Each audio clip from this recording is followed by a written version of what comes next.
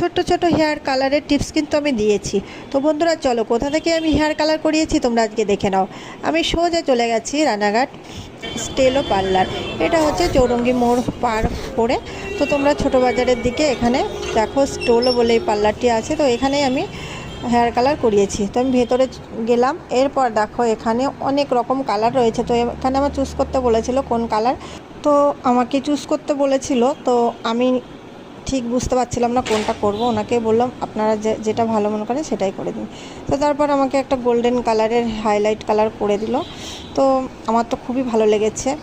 চলো এরপর দেখো তোমরা, তো হেয়ার ওয়াশের পর কীরকম লাগছে চলো তোমরাই দেখো।